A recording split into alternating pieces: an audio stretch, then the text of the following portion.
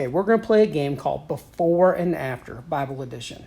The way this works is we'll give you the name of a book of the Bible, and you tell us in the comment section what book comes directly before and what book comes directly after the book that we give you.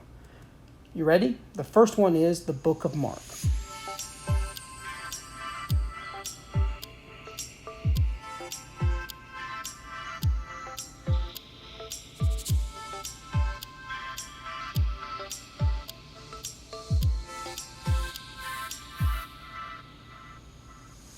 Correct answers are Matthew and Luke.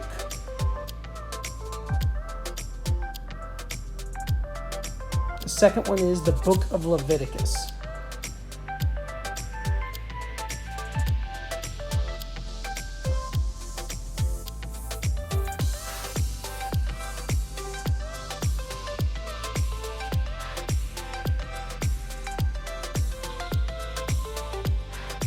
Correct answers are Exodus and Numbers.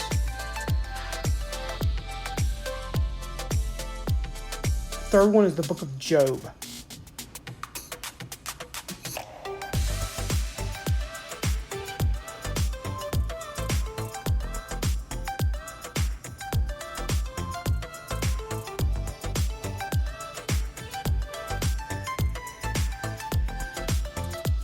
Correct answers are Esther and Psalms.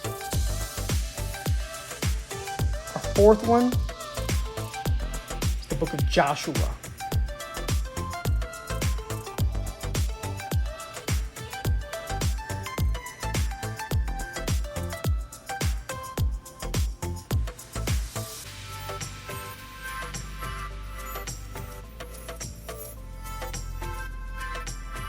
The answers are Deuteronomy and Judges.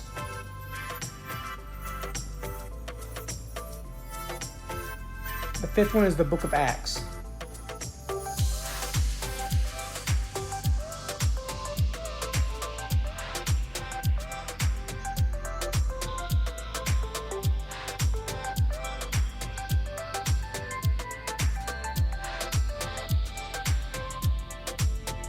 The answers are John and Romans.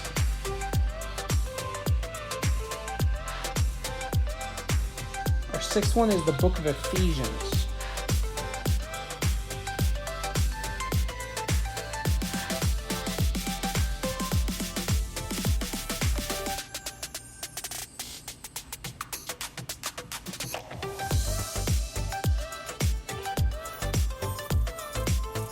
The answers are Galatians and Philippians. Our seventh one, the Book of Hebrews.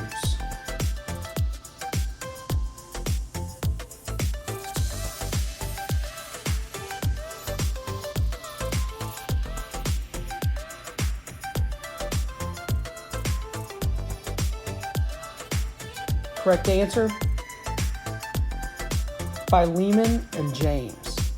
And our eighth and final question, the Book of Joel.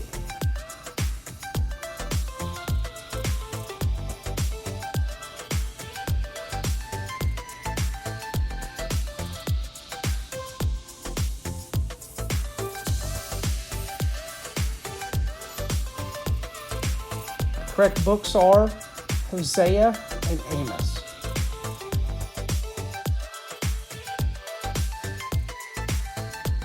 Let us know how you did in the comments section.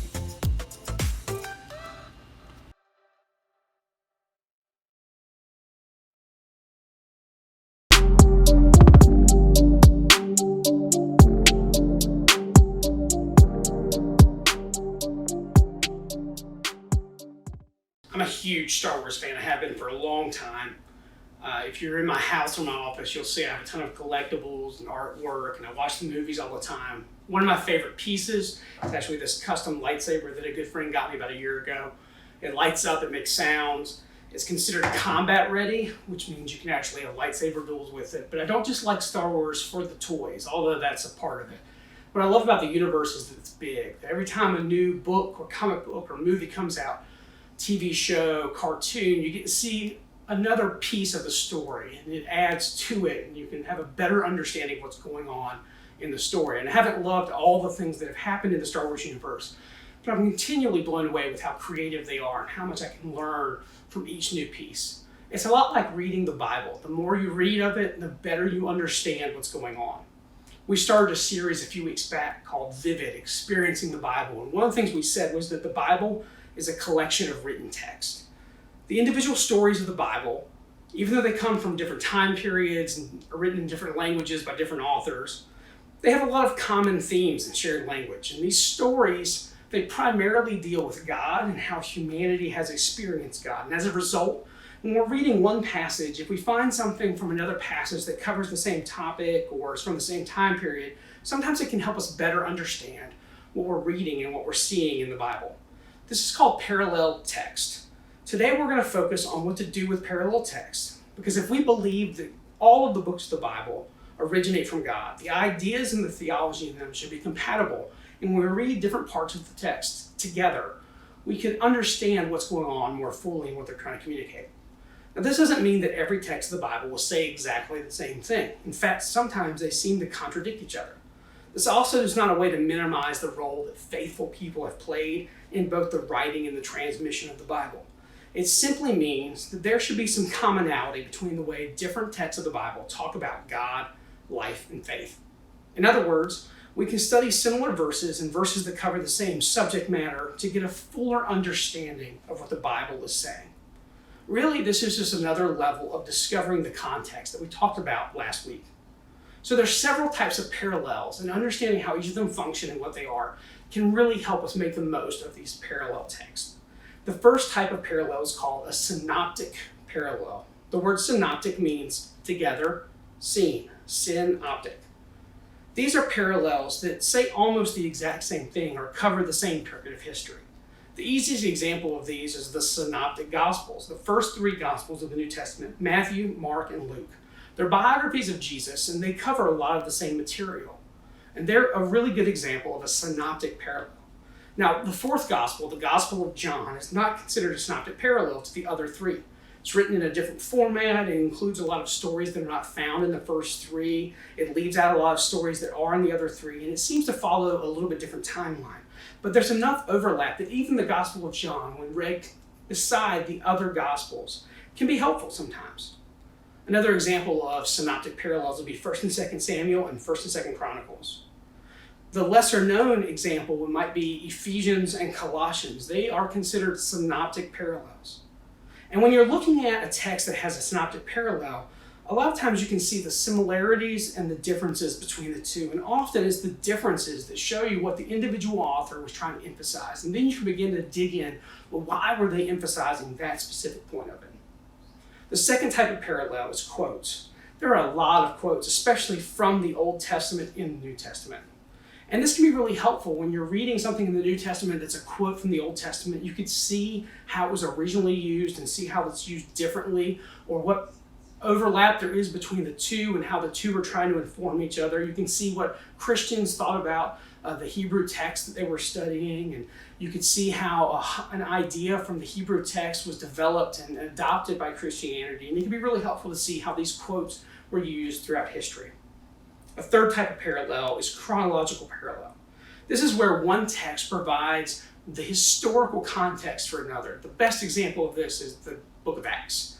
The book of Acts provides the background, the historical background for much of the New Testament, especially the writings of Paul.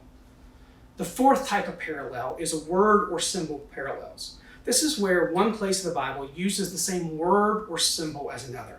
Now, just because a word is used in multiple places of the Bible doesn't mean it's used exactly the same way. If you come across a word in Daniel and the same word in Genesis, it doesn't mean that they're trying to use it the same way. But it can still be helpful to understand how the Bible uses the same language over time. The fifth type of parallel is topical parallels. This is when a verse doesn't use the exact same words, but it covers the same idea. So when you're reading and studying the Bible, how do you find parallels? How do you notice when there's a parallel that's going on? Well, the first thing you can do is just read more of the Bible. As you begin to read, you'll notice more places where the same ideas and the same topics and the same time periods are covered.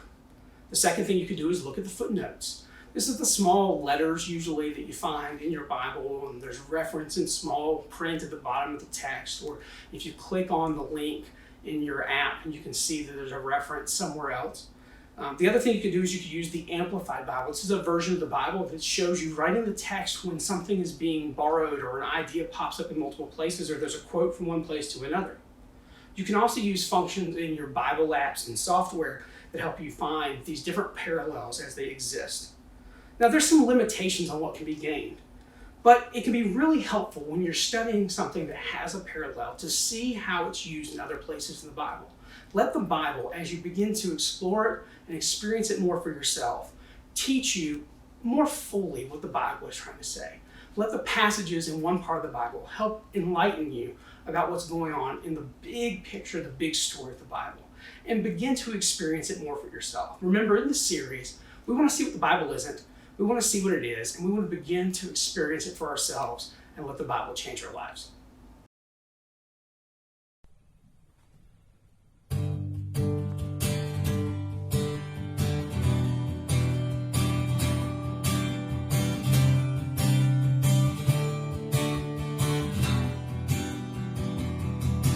When my heart is weary, when my soul is weak, when it seems I can't traverse the trail before me, I survey the glory of your agony, and I find the will to fight for what's before me. 'Cause you ran the race, enduring for your glory. And I fix my eyes on you, the founder and the finisher of our faith. And I fix my eyes on you, the solace in your suffering is my strength. As I fight to follow, you're my righteous guide, and you train me to delight in all that's holy. Heal my broken body, cure my crooked stride, throw off every weight and sin that clings so closely. I will run the race, enduring for your glory. And I fix my eyes on you, the founder and the finisher of our faith. I fix my eyes on you, the solace in your suffering is my strength. You help me breathe, you're the only life I need. You died for me, you're the only life I need. You help me breathe, you're the only life I need. You died for me, you're the only life I need. So I fix my eyes on you, the founder and the finisher of our faith. I fix my eyes on you, the solace in your suffering is my strength.